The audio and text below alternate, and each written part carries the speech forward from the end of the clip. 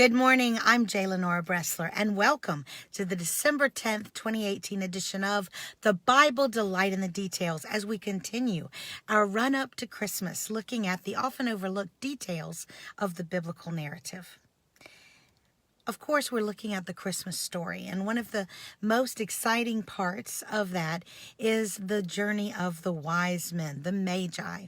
We've talked on an earlier program about who those Magi were, and that they were most likely from the Babylonian empire, at least the vestige of the Babylonian empire.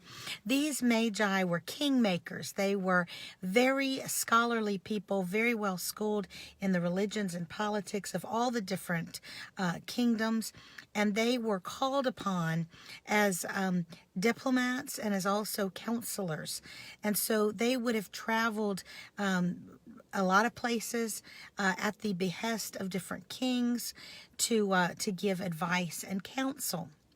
Now, we talked on an earlier program that we are told in the Bible, in the Old Testament, that Daniel actually became the chief Magi, and he had his own predictions and prophecies, as well as he would have had access to the prophecies of Isaiah and Ezekiel and others, and would have made those known as part of the prophecies of the Magi.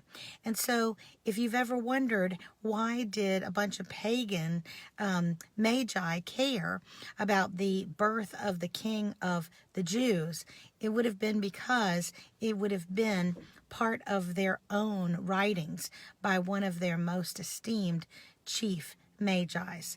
But that brings up another question, and that is, why did they bring the gifts that they brought? And you know what they brought. They brought gold, frankincense, and myrrh. Now, over the years, you may have been taught different things. You may have been told that the gold represents Christ's kingship, and that the frankincense represents his priesthood, and that the myrrh represents his suffering servanthood, or something like that. Now, you get that from Origen. Origen was an early Christian scholar. He was one of the early Christian writers in the 4th century A.D., and he's a good guy, but old Origen, he had a symbol for everything. And so he symbolized everything. And some of them, no doubt, have some great depth and basis to them. And sometimes maybe he was just looking for stuff. Now, whether or not the gold and the frankincense and myrrh meant exactly what Origen thought they meant, perhaps is a little bit, frankly, beside the point. Because we do know exactly where they would have gotten the idea. The Magi would have gotten the idea. If you were going to worship a god, you were going to find a person that the prophecies indicated would be more than just an individual, would be the son of this god. You had been told that you should go and worship him.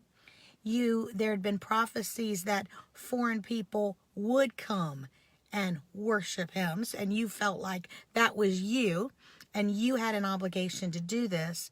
Wouldn't you want to do it in the right way? Wouldn't you want to know, how do I go and show honor and worship this God? Well, of course you would. And that's where Exodus chapter 30 comes in.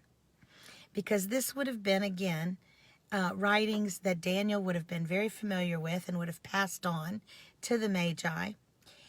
Exodus 30 is the best place in the whole Old Testament to go if you wanted to know how you would physically, logistically worship the God of Israel at his temple. I encourage you to just sit and read that one chapter.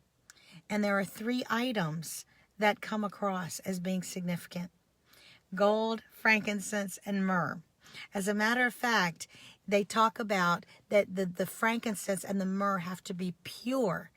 In fact, frankincense was so considered so holy that chapter 30 says specifically, you are not to make this mixture, which is primarily out of pure frankincense, for any reason other than the worship of God. We know from Josephus and from other writings that at the time of Jesus, it was illegal to have frankincense in your possession if you were not a priest and using it for the sacraments and the religious worship. So think about it.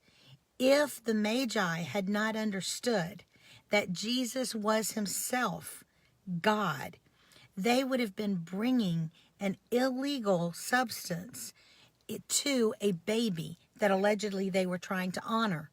They would be making him break the law and putting him in danger because of his illegal possession of frankincense. That's fascinating detail, isn't it? So next time you think about the wise men bringing gold, frankincense, and myrrh, understand they were doing the very best they could to bring the appropriate things that God himself in Exodus 30 had said he is to be worshiped with. I'm J. Lenora Bressler. Visit me on the next edition of the Bible, Delight in the Details. Have a great day.